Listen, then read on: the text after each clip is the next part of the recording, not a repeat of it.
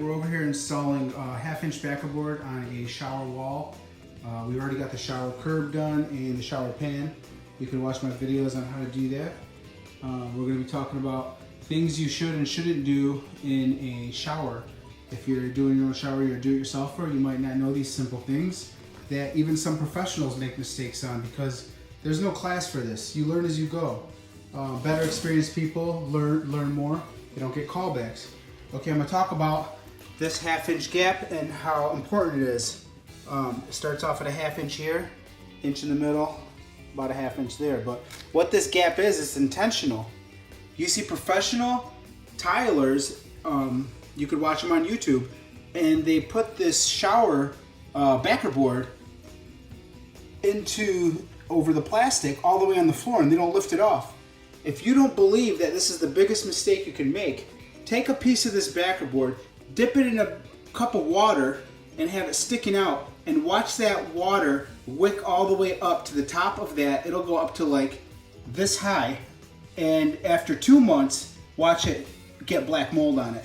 So the thing you want to do is, if you're doing a shower pan, keep it up about an inch.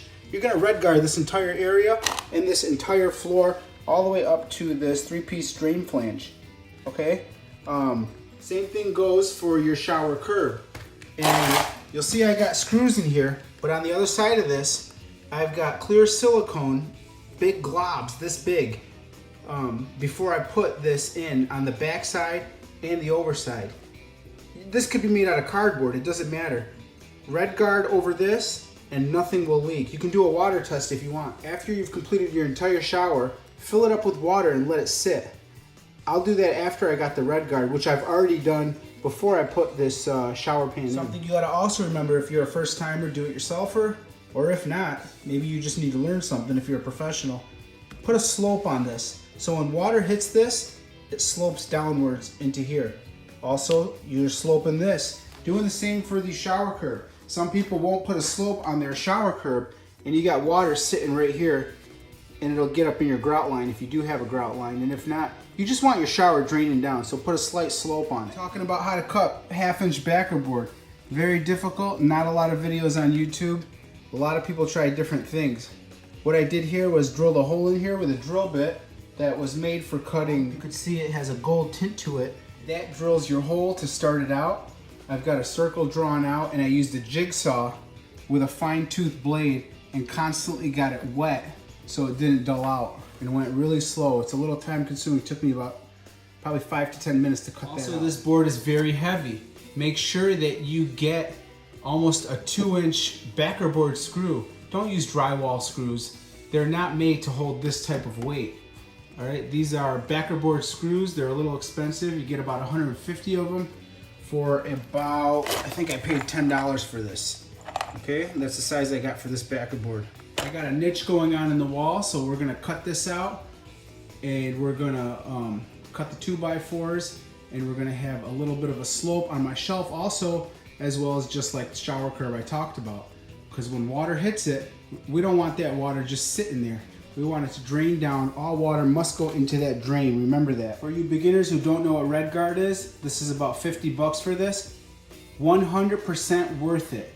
Okay, make sure you don't get a substitute. There's a lot of crap on the market, and you don't want your shower leaking in the future.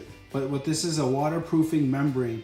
You give it about 2 to 3 coats, 3 coats in the corners, 2 coats everywhere else, and you're like 99% sure you're not gonna get a leak.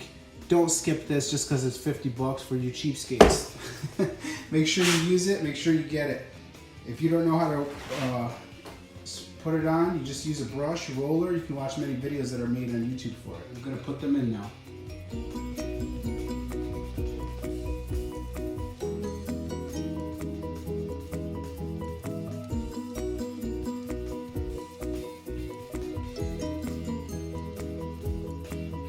Guys who don't know about a hammer drill and you find it very difficult to install these screws right here made for backer board, they actually have a lock on them. You see the edge of that where it locks in place. That's why I told you guys don't use drywall screws. They can start to unscrew, cause cracking on your tile and whatnot. This is what they're made for. That's why they're a little bit expensive. For about 150 of them, they're about 10 bucks. But a hammer drill actually feels like a hammer going boom, boom, boom into into it, causing it to embed itself into the backer board.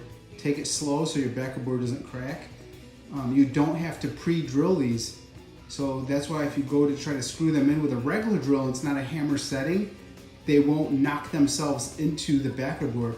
I actually have these screws going flush and they're just going bang, bang, bang. And I'll record it right now so you guys can hear what it sounds like. All right, so I'm gonna put some of these screws in so you guys can hear the banging. I don't know if it's gonna actually let you guys hear it, but it's just going boom, boom, boom right into the wall.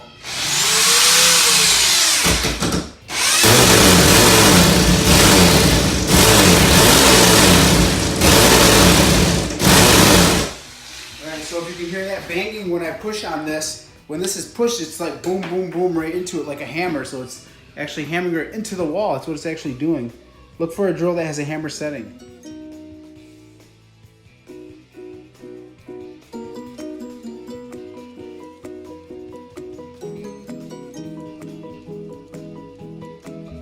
All right, just a quick tip for you guys when you're putting backer board into the wall.